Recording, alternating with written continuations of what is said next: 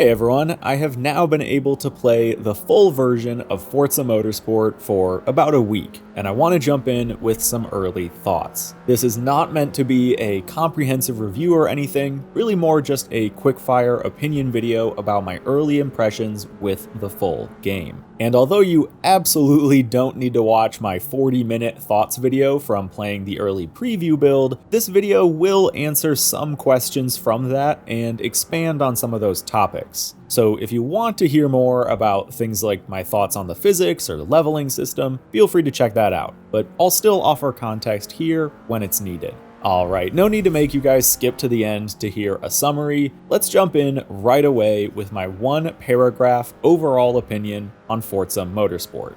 There is a strong foundation here in Forza Motorsport, and some features and systems are best in class, but others are lacking, and it's clear that Motorsport is just at the start of its long journey, and could take some inspiration from other games in the sim-to-simcade genre. Most more established simulators have had a decade or longer to grow into the games they are today, and still each have their own major shortcomings. Motorsport is hitting the ground running as a sort of jack of all trades and master of none, and it does stand up well on its own as a video game, but takes a few frustrating steps back from its Horizon counterpart and ultimately needs more time to develop into the perfect light racing sim for the masses that I think it has the potential to be. And there you have it, video done. Alright, now let's discuss some more specific topics here, starting with the graphics. This is always a strange one for me to discuss because obviously you can all see the graphics for yourself and make your own judgments, and honestly, I think just kinda every game that's released in the last 5 years has looked really good.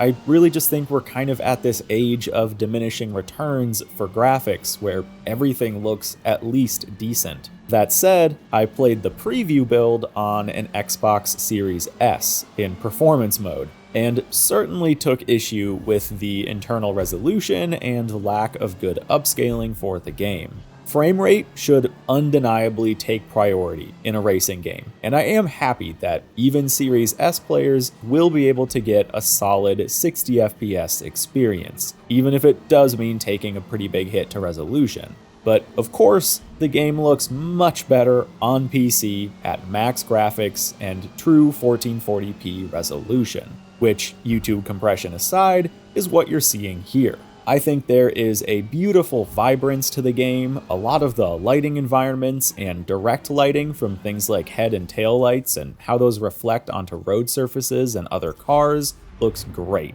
The skyboxes are gorgeous, and the trees and other natural elements look incredible. The tracks themselves are really well detailed and have so much visual depth to them, especially when you see them dynamically change to reflect different times of day and rubbering in on the track surface. My only major gripes here seem to be technical issues, specifically with the reflections and anti-aliasing. To speak first on reflections, they just aren't very sharp, especially during movement. Remember that this is on max graphics on a 4080 at 1440p. The reflection of this car on the ground is visibly low res, and if you pan across the hood here in Forza Vista, you can see even more pixelation. And although these are likely rendered differently, it's also worth taking a look at the in-car mirrors here, which again, even at max settings, are pretty low resolution. There's also no anti-aliasing options outside of DLAA. No MSAA, TAA, FXAA, or anything else. NVIDIA's DLAA can be really good, but it doesn't seem to be implemented super well here, and leads to an image that just isn't very sharp or crisp,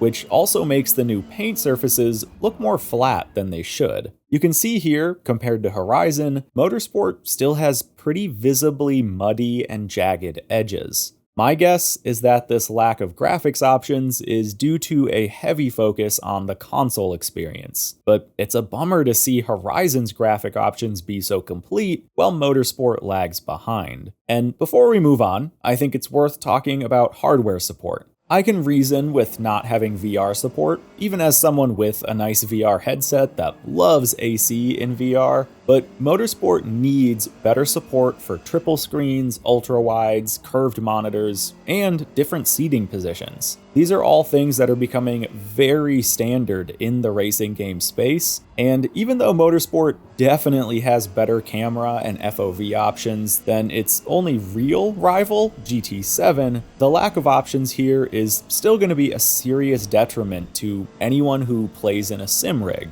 Again, it seems clear the focus has been on providing a strong experience for console players who almost always use flat 16:9 monitors. Alright, now I did spend some time talking about physics and wheel feel and curbs in my preview thoughts video, but I do want to address it again here. The physics in Motorsport are exactly where I think they should be. A simulation anchor with some dials tweaked and adjusted to make the experience a bit more accessible and give you a confidence boost to feel like a pro driver. In my opinion, it just makes for really exciting racing. The game is super easy to pick up on a controller, and if you're used to horizon handling, this won't take much adjustment. And on a wheel, with the right settings, the feedback is best in class. I want to be clear that for me at least, it took a lot of tweaking to get the wheel feeling how I think it should, but once it gets dialed in, the wheel feel is top notch. I had brought up the curbs feeling flat in my previous video, and I still wish I could turn up that feeling a bit more without influencing the rest of the road feel, but adjusting the torque and road feel settings definitely brought out a better curb feeling for me, just at the cost of feeling the more minor track surface variances a bit more than I would like.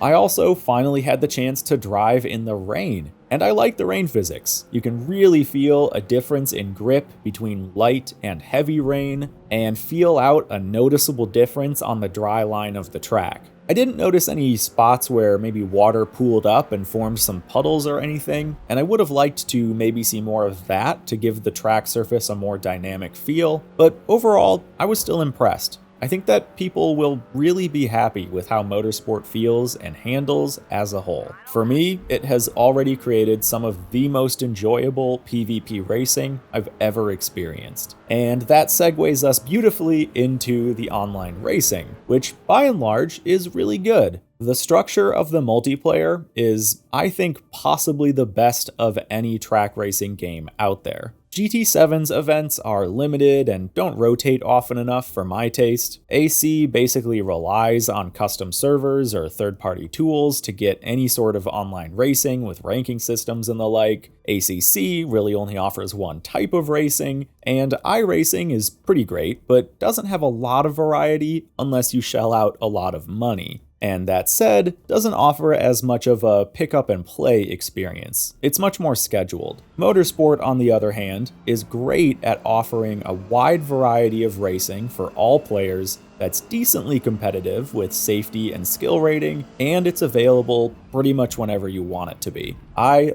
love this structure. The one critique I would have here though is that a couple of the car divisions are kind of goofy. For example, Forza GT has GT spec cars alongside things like V8 supercars and a couple other outliers. I would like to see these categories get a bit more refined. As for the racing experience itself, like I said, it's really fun. Having practice, quali, and the race all in one session feels great. Things like tire and fuel strategy and race length are pretty on point for what I think a game like this should be, and by and large, the penalty system works okay. I mentioned in my preview thoughts that off-track penalties were kinda out of whack. That's been heavily tightened up, and now feels almost right where it should for me, with maybe 1 or 2 odd calls out of 20. And collisions with other drivers are handled decently, if not a bit too lenient. I think the game errs on the side of innocent until proven guilty, and generally any incident that could maybe be up for debate ends up with no penalty for either driver. I would like to see this get tightened up over time. Also, worth mentioning that in my preview video, I talked about there maybe being some form of collision mitigation for the driver being hit.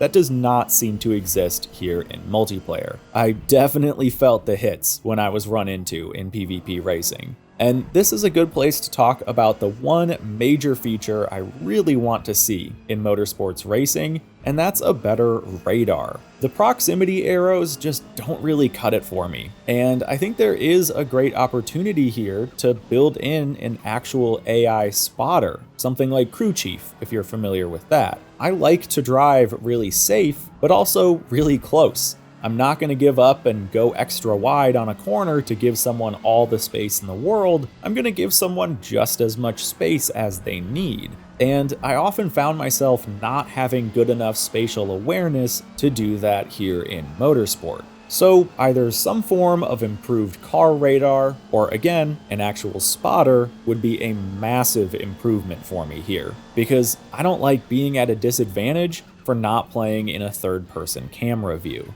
Alright, let's talk about the single-player experience and overall game content. I've done a handful of these Builders Cup series, and yeah, nothing much more to say here than what's been said already. They're fun, somewhat short-themed windows into all sorts of different types of racing. And I like them, but don't think they're too unique or innovative. It does make the career feel instead like a ton of mini careers, as there isn't much connective tissue to the whole experience. But for me, that's okay. It's nice for the casual pick up and play style. And other options like free play, rivals, and private multiplayer pad out the experience. And I do want to touch on the AI drivers here again, as this was something I discussed in my preview thoughts. And I praised it there while kind of giving them the benefit of the doubt that I knew the AI was supposed to improve even more for launch. So to start, the AI are undeniably better than they were in FM7,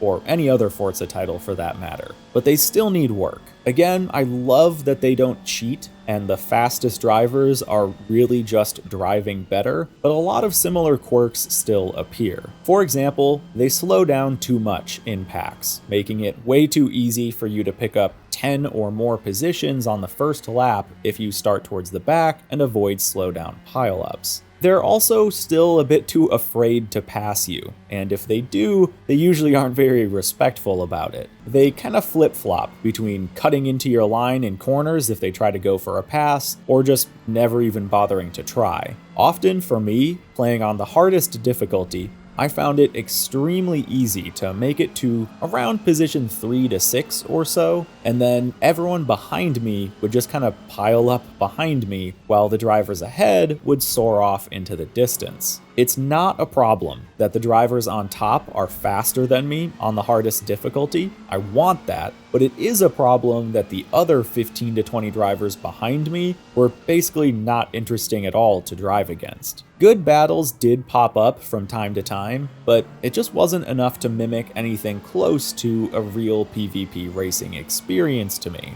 And I would love to see more improvement here to the AI balance and difficulty. Now, switching gears, as for the amount of game content as a whole, we certainly took a hit to the car roster and track list compared to previous games, with about 500 cars and 20 tracks.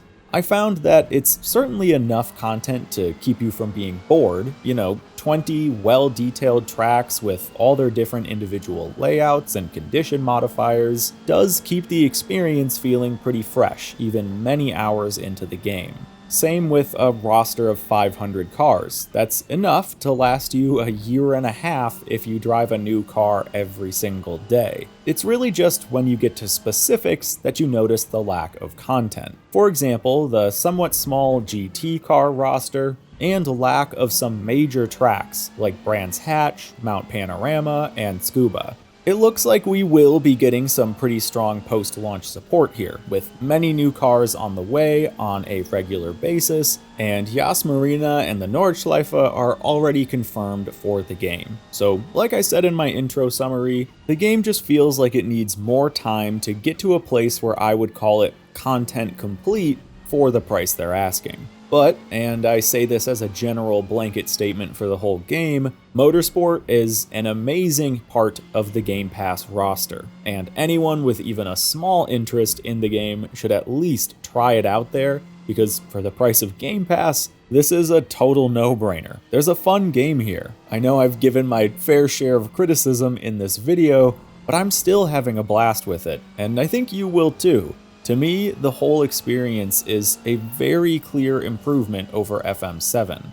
And with that, I've kind of discussed everything that has stuck out for me in the full game here. If there's something I didn't talk about, it's probably because it hasn't changed from Motorsport 7, or I've already said all I need to in my preview thoughts. You know, things like the photo mode, livery editor and paint system, and replay viewer are all pretty much the same. And it's a bummer we didn't even get a lot of the QOL that Horizon now has in some of these areas. I will say though that the new track cameras in replays are nice, and as far as the leveling and upgrade system goes, I really dislike it still, and think it needs some adjustment. But having ballast and a few new visual upgrades is a nice perk, and I like how the tuning feels. By the way, brake balance tuning is finally the way it should be now. So again, to summarize here now at the end, there's a good platform here. The core driving experience is incredibly enjoyable, and the PvP structure is fantastic,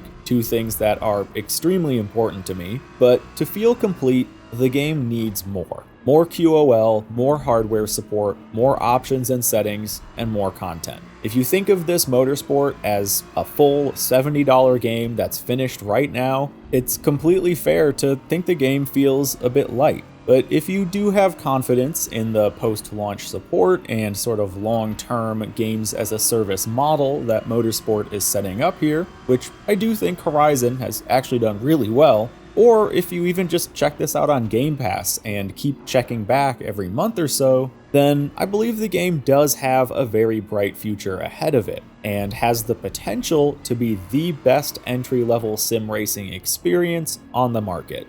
It just might take a while to get there. Thanks for watching this, everyone. Again, I just want to remind you all that this isn't necessarily a comprehensive review, just a video expressing my thoughts about what stuck out to me. I've got plenty more Forza content coming down the pipeline, including a lot of guides for things like setting up and dialing in a wheel, or, of course, how to build and tune cars. I'm going to take my time with these to make sure I'm delivering quality, accurate content here, but keep an eye out for all of that and more on this channel in the near future.